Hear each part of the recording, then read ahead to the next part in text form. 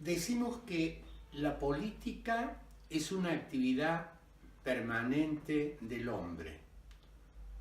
Es decir, a donde hay hombres reunidos conviviendo en sociedad, habrá esta actividad que llamamos política. Pero esta permanencia de la política no significa que las distintas formas en que se organiza la convivencia política sean iguales.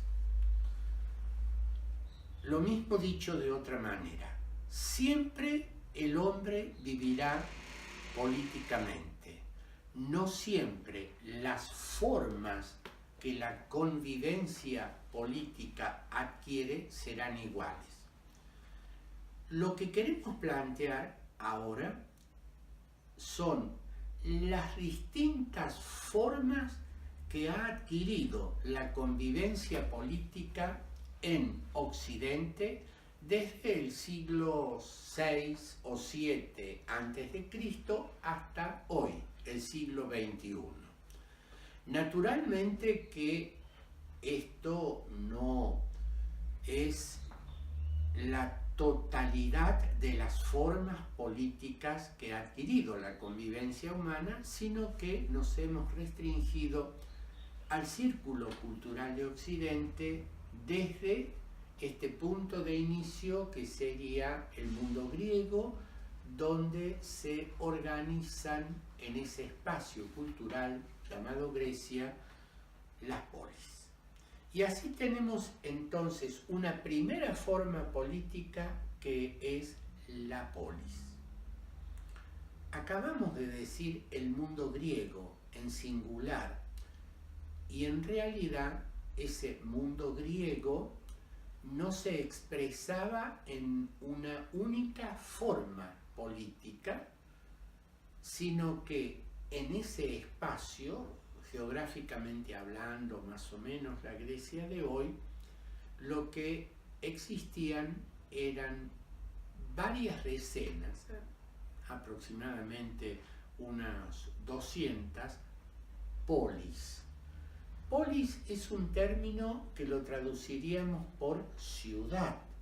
Ahora bien, cuando hoy hablamos de ciudad, no nos da la idea de lo que era para el mundo griego la polis. Por eso es que normalmente decimos la polis igual a ciudad-estado. Y utilizamos esta palabra que los griegos no conocieron, estado, para unirla a ciudad y decir que la polis era la ciudad-estado. Es decir, la unidad de convivencia política más elevada, más perfecta. ¿En qué consistían estas polis, estas muchas polis que vivían en ese común espacio cultural que era Grecia? En un grupo humano que vivía en un territorio más bien reducido. Por eso decimos que la polis era un núcleo urbano y su zona de influencia. Las personas que habitaban la polis, los habitantes, distinguiríamos tres grandes grupos: los hombres libres, que eran ciudadanos, es decir, los ciudadanos; los hombres libres que no eran ciudadanos, los metecos o extranjeros; y los esclavos. Solo los primeros, los ciudadanos, que eran aquellos varones, en el caso de Atenas, varones mayores de 20 años, hijos de padres ciudadanos, que integraban plenamente la ciudad. Ciudadanos, esclavos, hombres libres, no ciudadanos, metecos o extranjeros, constituían la población de la polis. Pero la vinculación política era una vinculación de tipo personal, que era lo que daba la ciudadanía. El mundo griego no podía pensar otra unidad de convivencia, ni más pequeña ni más grande que la polis, Por eso es que para el griego el hombre que reducía su vida a la privacidad de la casa, el oikos, era un idiota, en el sentido de aquel que no participaba de la ciudad, la polis. Cada una de las polis tenía una serie de instituciones distintas. Resumiendo, vamos a tomar el modelo de la polis ateniense. Existía la asamblea, en griego eclesía, constituida por los ciudadanos que normalmente se reunían a discutir en la plaza pública los asuntos públicos para discutir y decidir las cosas comunes. La asamblea de ciudadanos estaba a su vez completada por el llamado Consejo de los 500, un órgano ejecutivo integrado por 500 ciudadanos, uno de los cuales una sola vez en su vida, por un día, lo presidía. Además, los tribunales populares, tribunales multitudinarios que juzgaban de las acciones y de las leyes. Se completaba este cuadro con 10 generales, los estrategas que guiaban y asesoraban a la ciudad en las cuestiones de naturaleza militar. El mundo griego no podía pensar una unidad política mucho más grande que la polis, y cada una de ellas se consideraba autosuficiente. El término griego con el que se designa la autosuficiencia sería autarkeia. Pero en realidad, cada una de estas polis no necesariamente estaba habilitada para hacer frente a un desafío externo, es decir, los enemigos externos.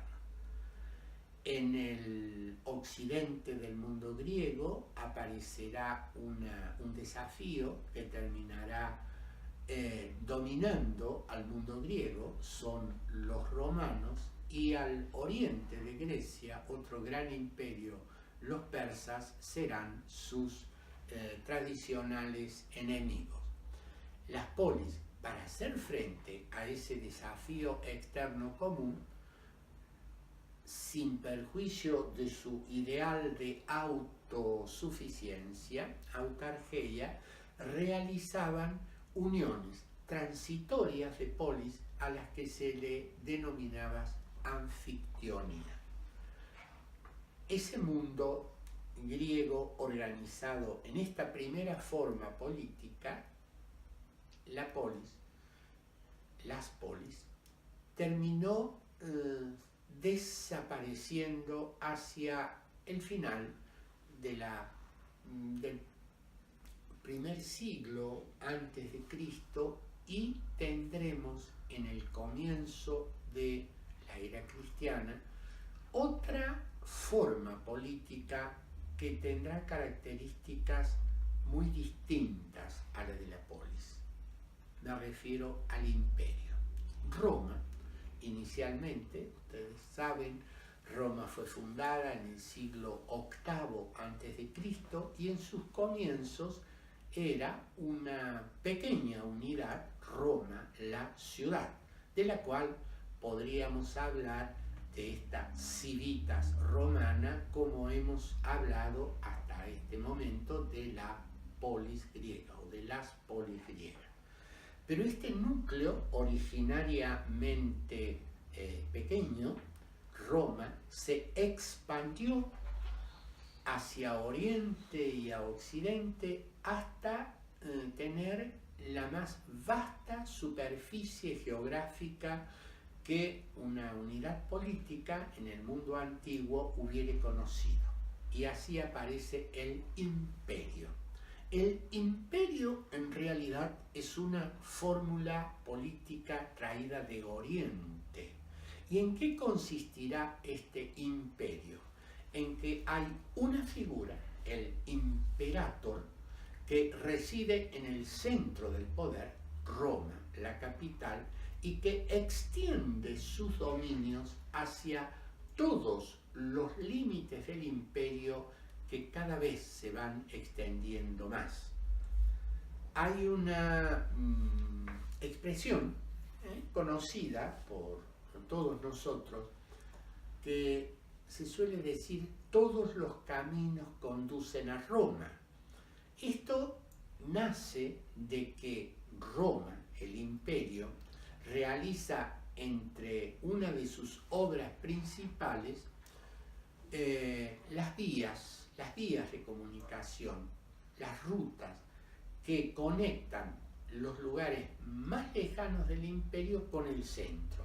Por estas vías que iban a Roma e iban desde Roma, transitaban las legiones, es decir, el poder militar de César, y venían los impuestos que eran recaudados por la autoridad romana en todos los límites del imperio.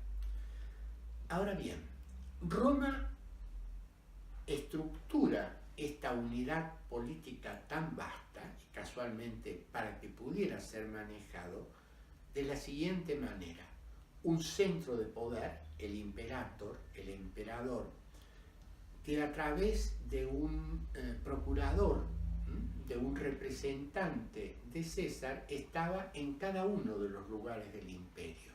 Pero a su vez, cada uno de esos lugares mantenía su autonomía en tanto en cuanto no discutiera la autoridad de César. Por eso es que los sucesivos pueblos conquistados que integran el imperio mantendrán la cultura, la lengua, la religión e incluso sus instituciones políticas, en tanto en cuanto no se discutiera la autoridad de César, ni se le negara el tributo que a César le era debido. Ese territorio y su población eran respetados en su autonomía. Así creció el imperio, y este vasto imperio era tan vasto que allá por el siglo III hubo de ser dividido en lo que se conoció como Imperio Romano de Occidente, capital Roma, Imperio Romano de Oriente, capital la Nueva Roma, Constantinopla, la ciudad que construye el emperador Constantino, y de esta manera este imperio ya dividido podrá ser mejor administrado. El Imperio Romano de Occidente duró desde el siglo I hasta el siglo V, que promediando este siglo, el Imperio Romano de Occidente cayó bajo la presión bárbara.